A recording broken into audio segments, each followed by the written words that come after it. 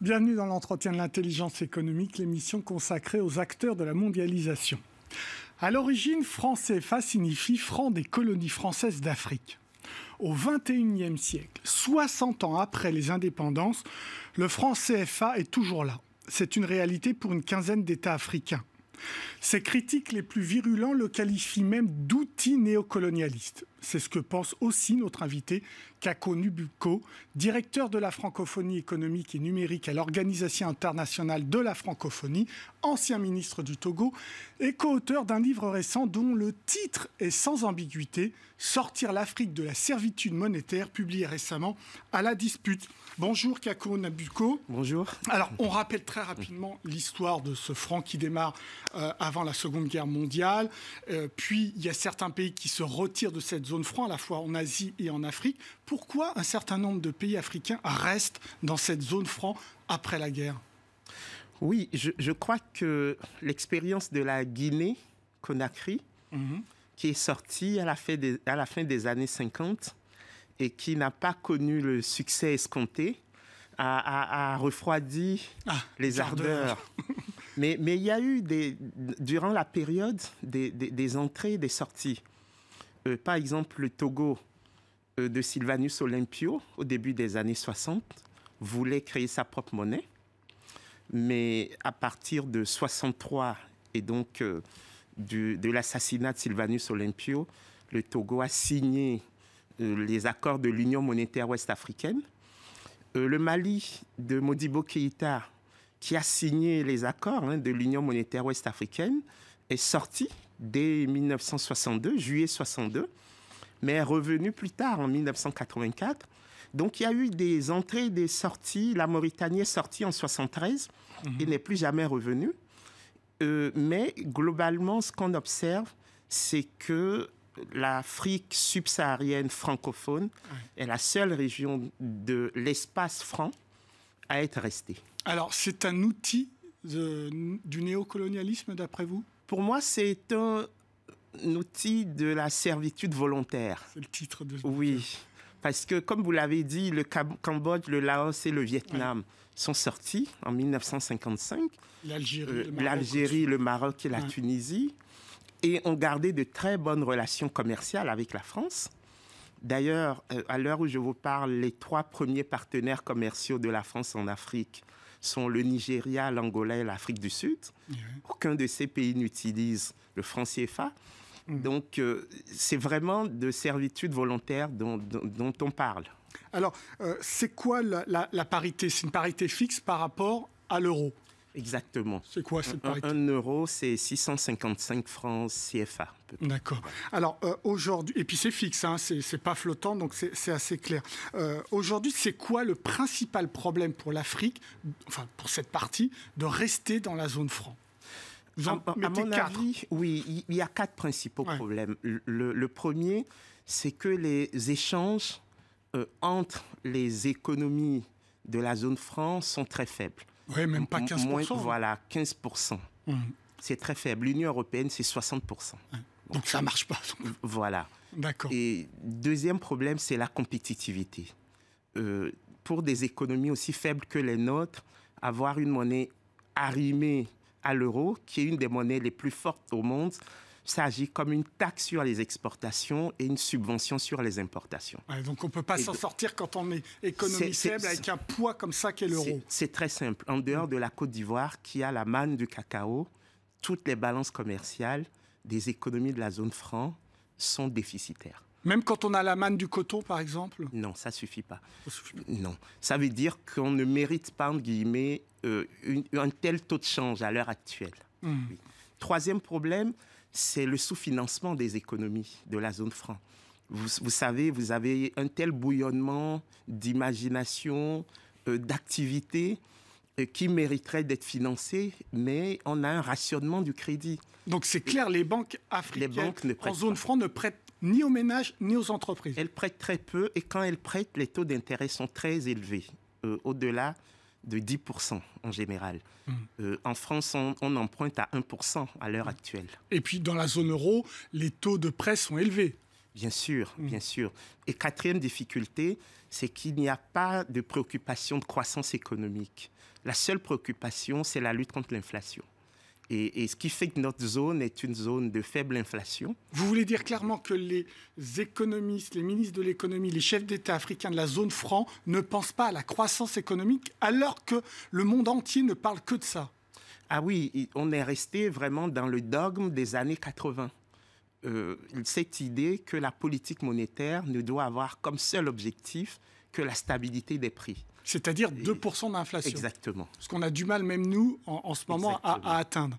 Donc tout ça est lié au franc CFA. Oui, c'est lié à cet arrangement institutionnel qui lie les pays africains de la zone franc à la France via le Trésor français et qui repose sur 4 principes rapides.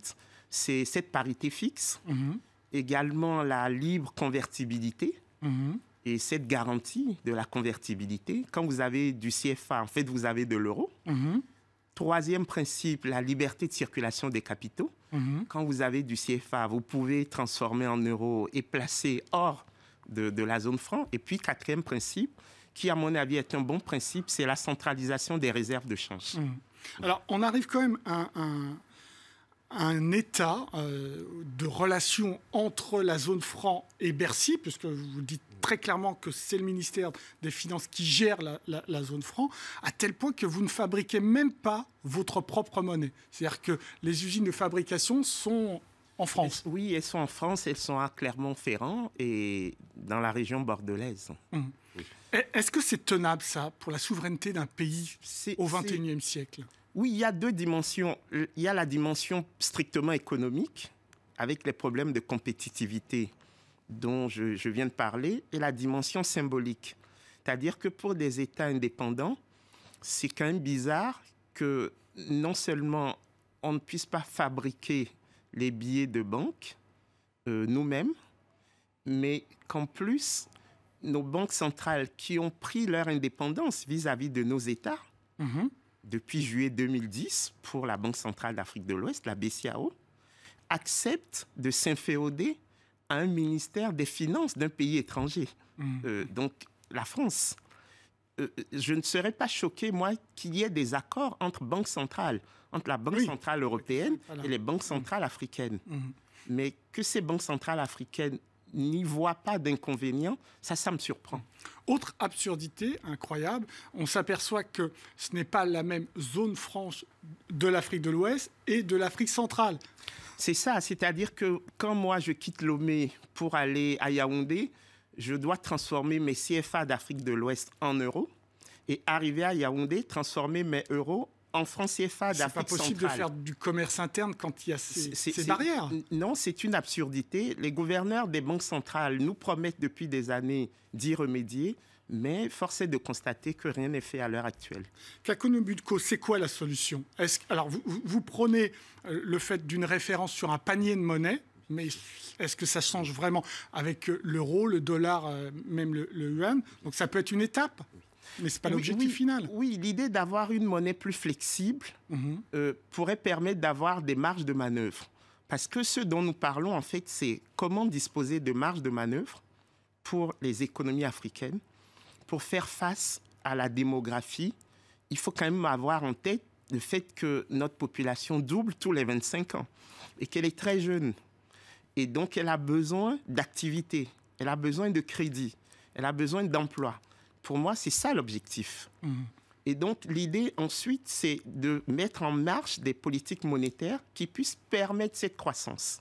Donc, une monnaie plus flexible permettrait de ne pas avoir la contrainte de devise qui est obligatoire pour garantir une parité fixe. C'est clair que quand il y a une monnaie faible, on ne peut plus s'exporter, donc il y a en effet plus de business. Mais ça, c'est une étape. C'est quoi l'objectif final, Kakono Budko ? L'objectif final, il est très simple. C'est que l'émergence de l'Afrique devrait passer par la reconquête des instruments de sa souveraineté économique, la monnaie et le budget.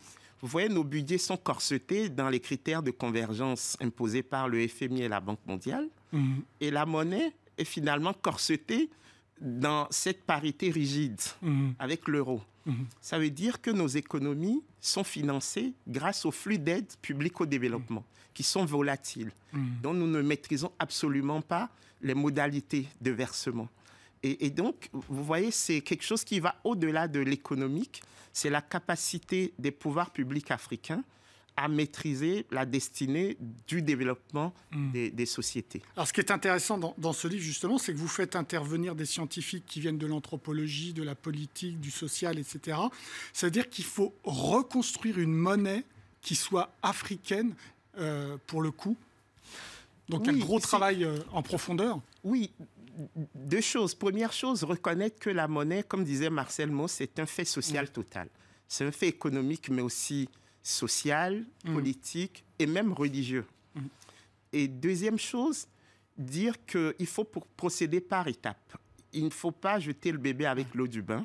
Nous avons une expérience d'intégration régionale qui a quelque chose de très positif, c'est-à-dire la solidarité. Il faut toujours l'affirmer. Et deuxième chose, mettre les politiques publiques en faveur de la création d'emplois. Dernière question, Kako, est-ce que c'est possible avec cette génération de chefs d'État africains ou est-ce qu'il faut attendre une autre génération de chefs d'État africains? Oui, la génération actuelle de chefs d'État africains doit simplement se souvenir qu'elle a obligation de ne pas trahir les rêves des pères de l'indépendance. Elle a succédé aux pères de l'indépendance et sa mission historique, c'est de mettre l'Afrique sur le sentier de l'émergence. Vous avez de l'espoir là-dessus ou vous n'y croyez pas?